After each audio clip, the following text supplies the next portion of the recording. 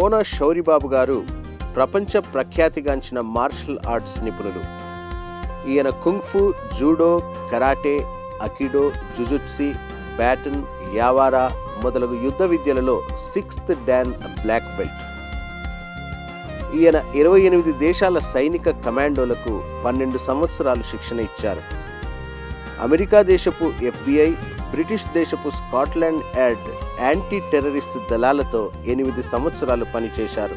22 దేశాల ప్రెసిడెంట్లు, ప్రధానమంత్రులు, సైనిక అధికారులు, షేకులు, సుల్తాన్లు ఈయన ట్రైనింగ్ ప్రోగ్రామ్స్ని అభినందించారు. ఈయన ట్రైనింగ్ ప్రోగ్రామ్స్ పలుమారులు 20 దేశాల టెలివిజన్స్లో లైవ్గా ప్రదర్శించబడ్డాయి.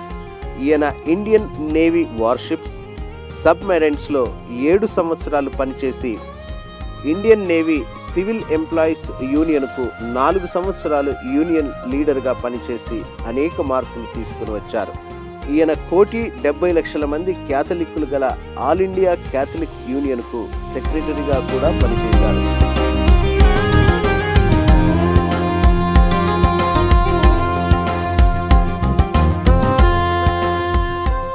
ఈయన సతీమణి శ్రీమతి స్వర్ణముఖి గారు ప్రపంచ ప్రఖ్యాతిగాంచిన భరతనాట్య నర్తకి. 52 దేశాలలో భారతదేశ కీర్తిని ఇనుమడింపజేశారు. ఈమె తమిళనాడులోని ప్రసిద్ధిగాంచిన ప్రముఖ సినీ కళాకారుల కుటుంబానికి చెందినవారు. ఈమె హిందీ, తమిళ్, కన్నడ, తెలుగు, మలయాళం సినిమాలో చేసిన పాము, నెమలి నృత్యాలు గగురుపాటును కల్పిస్తాయి. వీరిద్దరూ తమ జీవితాలను యేసు ప్రభువుకి అంకితం చేసుకుని ప్రపంచమంతటా సువార్తను ప్రకటిస్తున్నారు. శ్రీ శౌరిబాబు గారు పరిశుద్ధ గ్రంథ మర్మాలను చారిత్రాత్మక ఆధారాలతోనూ, భూగర్భ శాస్త్ర అంశాలతోనూ, శాస్త్రీయ రుజువులతోనూ నిరూపిస్తారు. ఈయన ఇజ్రాయేలు దేశపు సహృదయ రాయబారిగా నియమింపబడి గత 27 సంవత్సరాలుగా బైబిల్ గ్రంథ చారిత్రక దేశాలలో పరిశోధనల నిమిత్తమై పర్యటిస్తుంది. హల్లెలూయా. క్రీస్తు ప్రభునందు ప్రేమైన సహోదరి సహోదరులారా, ఈ లోకములో ఇప్పుడు 3,800 పట్టణాలు ఉన్నట్టు చెప్తున్నారు. అందులో మెగా సిటీసు అంటే New York, Paris, London, Bombay, Hyderabad, Chennai, Beijing, Tokyo, Mexico, Cairo ఇలాంటి పట్టణాలు మెగా సిటీసు. ఇవి ఈ లోకములో 390 ఉన్నాయి.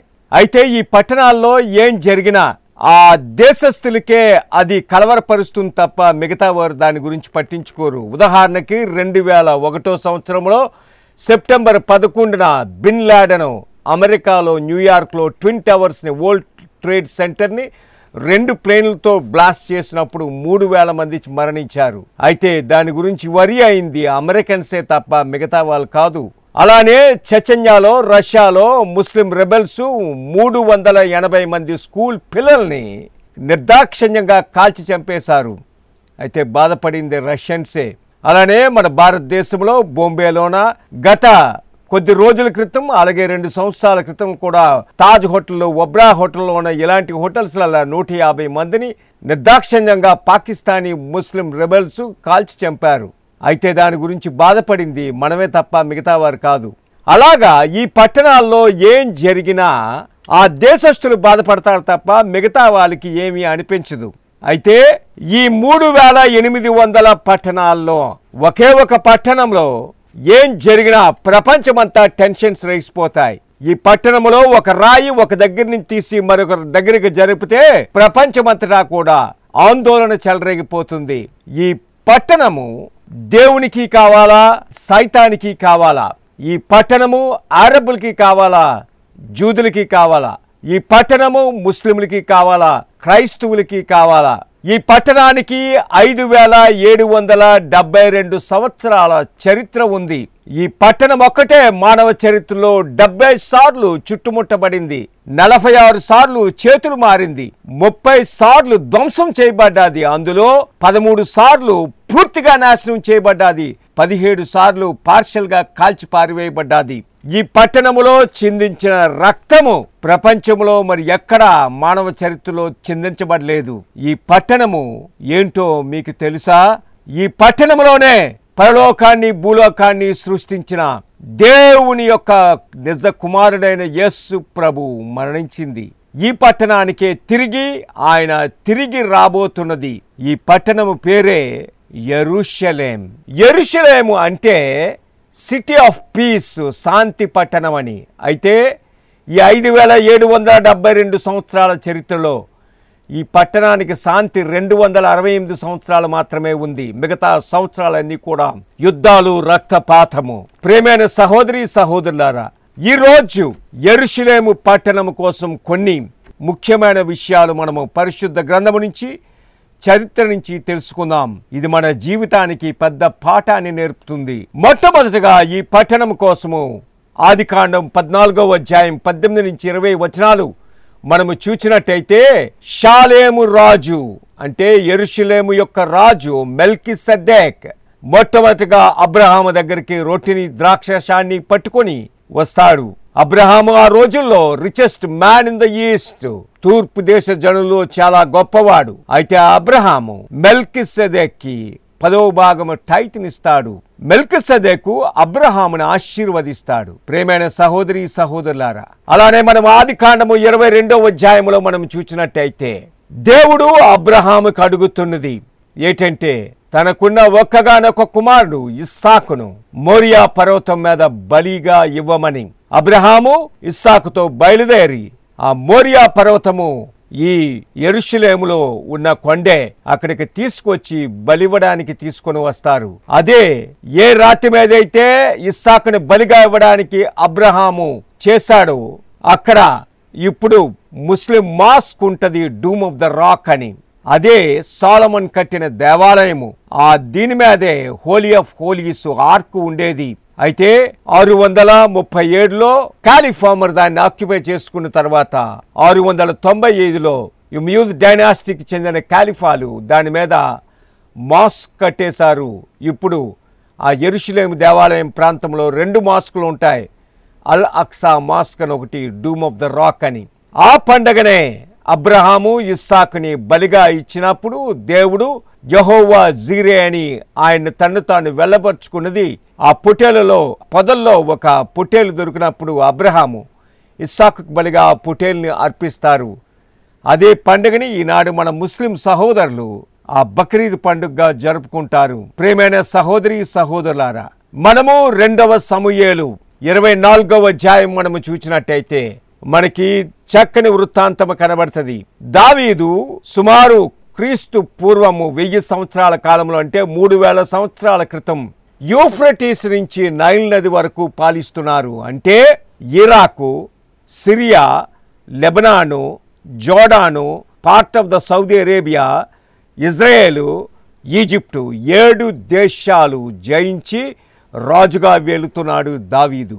ఆ కాలంలో దావీదు తన జనరల్ అయిన జోవాబుని పిలిపించి చెప్తాడు, దాను నుంచి బెర్షెబా వరకు మొత్తము ఇశ్రాయేలీయుల్లో కత్తి దూయగలవారు ఎంతమంది ఉన్నారు అని లెక్క పెట్టమని చెప్తాడు. వెంటనే జోవాబు గ్రహించి, ప్రభువా నీకెందుకు ఇలాంటి తలంపు వచ్చింది? నీకు ఎప్పటి వరకు విజయాన్ని దయచేసింది నీ సొంత బలము, నీ కత్తి కాదు గాని నీ దేవుడైన యెహోవా నీకు విజయాన్ని దయచేశాడు. ఇప్పుడు ఎందుకు మీరు ఈ సెన్సస్ తీయమని అడుగుతున్నారని.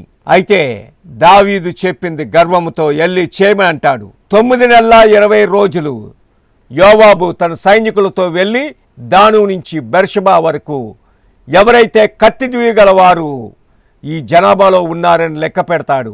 ఇశ్రాయేలు 10 గోత్రాల్లోన 8 లక్షల మంది కత్తి దూయగలవారు ఉన్నట్టు చెప్తాడు. అలాగే దక్షిణముగా ఉన్న యూదయాలో 2 గోత్రాల్లోన 5 లక్షల మంది కత్తి దూయగలవారు ఉన్నారు. అంటే దావీదుకు 3000 సంవత్సరాల క్రితము 13 లక్షల మంది సైన్యము ఉందండి. ప్రేమైన సహోదరి సహోదరులారా, ఈరోజు మనము 21వ శతాబ్దంలో మన భారతదేశము ప్రపంచానికి 2వ అతిపెద్ద దేశము, పాపులేషన్లోన జనాభాలోన మనము చైనా తర్వాత మనమే. సుమారు 120 కోట్ల జనాభాతో ఉన్న దేశం మంది. మనకి ఆర్మీ చూస్తే 11 లక్షల మంది మాత్రమే. అంటే మనకు ఆర్మీ ఒక 30 లక్షల మంది ఉన్నా వీరందరూ యుద్ధానికి వెళ్ళి దెబ్బలాడలేరండి.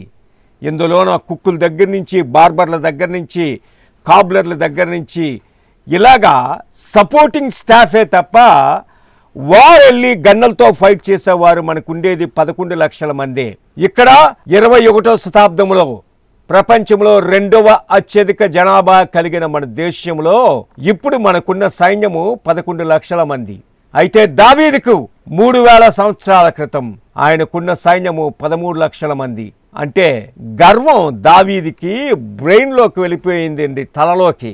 అందుకే వెంటనే దేవుడు ప్రవక్త అయిన గాదుని పిలిపించి దావీదుని 3 కోడుకులు కోనుకోమంటారు. మొదటిదేంటంటే, నీకు ఈ దేశంలో 3 సంవత్సరాల కరువు కావాలా, లేదా 3 నెలలు నిన్ను ఈ దేశం నుంచి తరిమి వేయబడాలా, లేదా 3 రోజులు భయంకరమైన ప్లేగులు విపత్తులు ఈ దేశం మీద రాణించుకోవాలా, ఏది కావాలో కోరుకో అంటారు. దావీదు వెంటనే తప్పును గ్రహించి ఒకటి కోరుకుంటాడు. ఎందుకంటే మనుష్యుల చేతిలో పోవట కంటే యెహోవా చేతిలో శిక్షించబట్ట మేలని.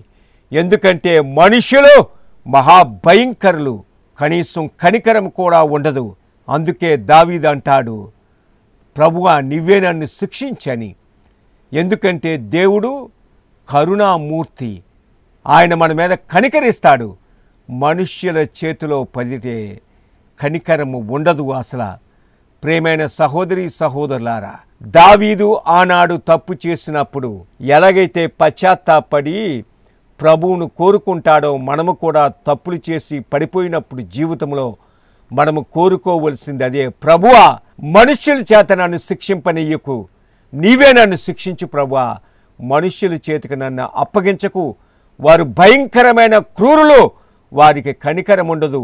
నీవు దయాదాక్షిణ్యములు కలిగిన దేవుడువు, నీవే నన్ను శిక్షించని మనం ప్రార్థన చేసుకోవాలి.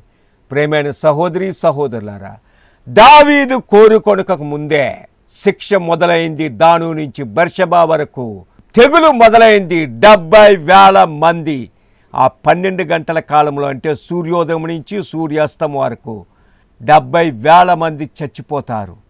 దావీదు ఎప్పుడైతే చూశారో ప్రభువుని అంటాడు, ప్రభువా నా ప్రజలు ఏం చేశారు ప్రభువా, తప్పు చేసింది నేను, నన్ను శిక్షించు ప్రభువా అని.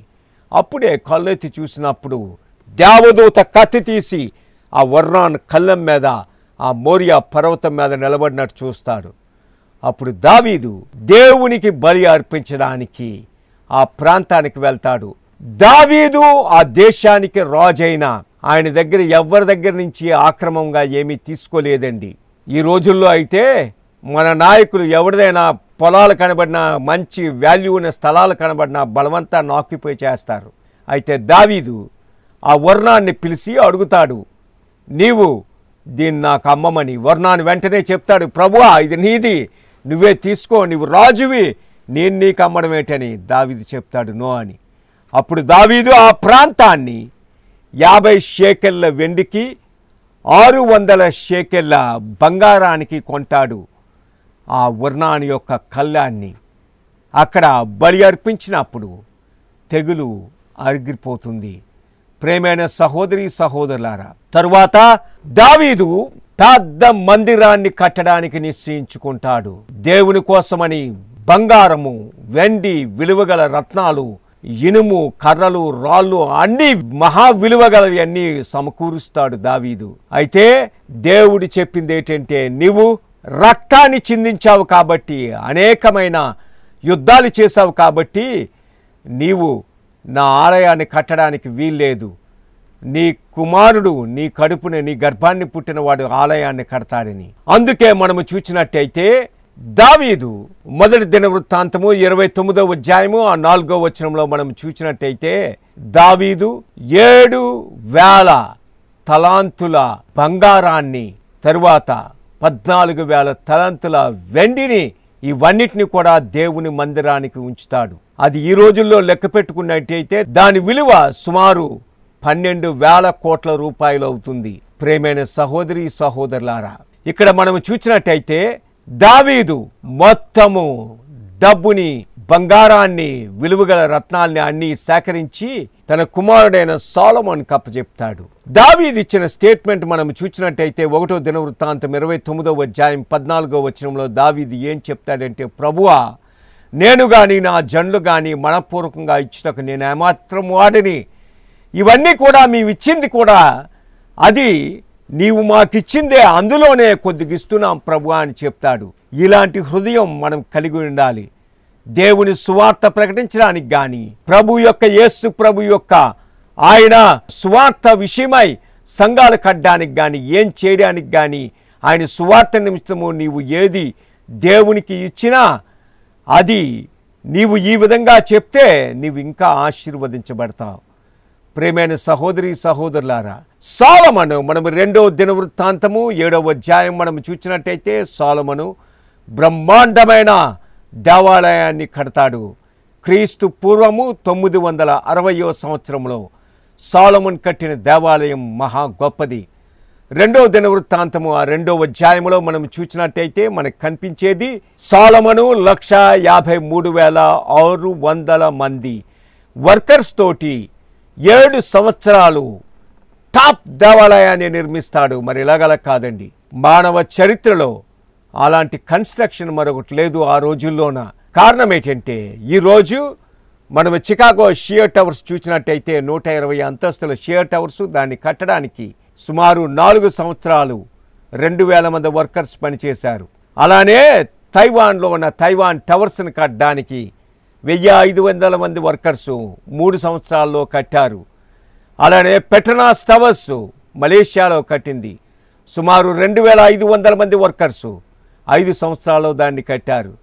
అలాగే ఈనాడు దుబాయ్లో ఉన్న బార్జల్ ఖలీఫా అనే ప్రపంచానికి హైయెస్ట్ టవర్ అది, దాన్ని కట్టడానికి 5 సంవత్సరాలు సుమారు 5,000 మంది వర్కర్స్ పనిచేశారు. అయితే సొలొమోను యొక్క దేవాలయాన్ని కట్టడానికి ఇక్కడ 1,53,600 మంది 7 సంవత్సరాలు పనిచేశారండి. ప్రపంచంలో ఇలాంటి కన్స్ట్రక్షన్ ఆ రోజుల్లో మరి ఎక్కడ లేదు. అంత మ్యాగ్నిఫిషెంట్ టెంపుల్ని సొలొమోను కడతాడు. 1923లో అమెరికన్ సొసైటీ ఆఫ్ ఆర్కిటెక్చర్ సొలొమోను యొక్క దేవాలయాన్ని ఎస్టిమేట్ చేసింది ఏంటంటే $1 ట్రిలియన్ అని. ఆ రోజుల్లోన ట్రిలియన్ అంటే 1 తర్వాత 12 సున్నాలు పెట్టాలి. దాన్ని ఇండియన్ రూపీస్లో ఉంటే మల్టిప్లైడ్ బై 46 చేత గుణించుకోవాలి.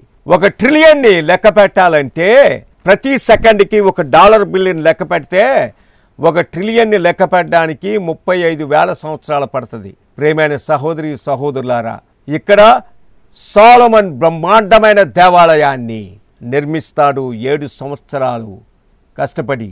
ఇక్కడ మనము చూసినట్టయితే అలాంటి మ్యాగ్నిఫిషెంట్ దేవాలయాన్ని సొలొమోను కట్టిన తరువాత క్రీస్తు పూర్వము 586వ సంవత్సరంలో నెబుకద్నెజర్ దాన్ని సర్వనాశనము చేసేస్తాడు. ఈ విషయాలు మిగతా వారము రానున్న మెసేజెస్లో మనము చూద్దాం. మనము తల ఉంచినట్టయితే ప్రార్థన చేసుకుందాం. పరిశుద్ధుడైన తండ్రి, నీకే స్తోత్రము నాయనా. ప్రభువా, నీవు సొలొమోనుకి ఇచ్చిన జ్ఞానముతో సొలొమోను బ్రహ్మాండమైన దేవాలయాన్ని నిర్మించాడు ప్రభువా. అలాగే మేము కూడా ప్రతి స్థలములో కూడా క్రైస్తవ సంఘాలను స్థాపించే భాగ్యాన్ని దయచేయను ఆయన. నీ సువార్త ప్రకటించడానికి దావీదు ఎలాగైతే దేవాలయాన్ని కట్టడానికి సంపదనిచ్చాడు, అలాగా మేము కూడా మా సంపదను నీ సువార్తను ప్రకటించడానికి, నశించిన ఆత్మలను రక్షించడానికి వెచ్చించే హృదయాన్ని దయచేయను ఆయన. ఈ వర్తమానం విన్న ప్రతి ఒక్కరిని దీవించి ఆశీర్వదించండి.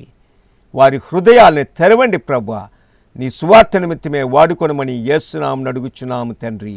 Amen, amen. ప్రియమైన సహోదరి సహోదరులారా, దేవుని మహాకృపను బట్టి గత 27 సంవత్సరాలుగా నేను పరిశుద్ధ గ్రంథ దేశాలకు అంటే Egypt, Israel, Jordan, Palestine, Syria, Turkey, Greece, Patmos, Rhodes, సెంట్రోని, సైప్రస్, రోము ఇలాంటి దేశాలన్నిటికీ కూడా రీసెర్చ్ కోసం ట్రావెల్ చేస్తుండేవాడిని. అయితే 2006 సంవత్సరంలో ఇజ్రాయేలీ ప్రభుత్వం నన్ను గుడ్విల్ అంబాసిడర్గా నియమించిన దగ్గర నుంచి ప్రతి నెల ఒక 40 నుంచి 50 మంది బిబ్లికల్ స్టడీ గ్రూప్ని నేను తీసుకువెళ్తుంటాను. అయితే ఈ బిబ్లికల్ స్టడీ టూర్స్ అనేకులు తీసుకువెళ్తుంటారు మన భారతదేశం నుంచి, మిగతా ప్రాంతాల నుంచి కూడా. దానికి డిఫరెన్స్ ఏంటంటే ఈ టూర్స్ 3 రకాలు ఉంటాయి. మొదటి రకం ఏంటంటే ఆగ్రా వరకు తీసుకెళ్ళి తాజ్మహల్ చూపించరు, అది మొదటి రకం. రెండో రకం ఏంటంటే బస్సులో కూర్చోబెట్టి దూరం నుంచి అదిగో తాజ్మహల్ అంటారు, అది రెండో రకం. మూడో రకం ఏంటంటే లోన్ వరకు తీసుకెళ్ళి ఆ టూమ్ని చూపించి ఇది ముంతాజ్ టూమ్ కాదు, ఇది ఝాన్సీ లక్ష్మీబాయిది, ఈ తాజ్మహల్ కట్టింది షాజహాన్ కాదు, మన అద్వానీ వాజ్పేయి కట్టారని చెప్తారు. దాని అర్థం ఏంటంటే మిస్ఇన్ఫర్మేషన్ ఇస్తారు. అలాగే ప్రపంచంలో ఎక్కడా డూప్లికేట్ సైట్స్ లేవు. కానీ చైనా వెళ్తే గ్రేట్ వాల్ ఆఫ్ చైనా ఒకటే, అలాగే లండన్ వెళ్తే బిగ్ బెన్ కానీ పార్లమెంట్ హౌస్ కానీ ఒకటే, అలాగే ప్యారిస్ వెళ్తే ఆ ప్యారిస్లో ఐఫెల్ టవర్ ఒకటే.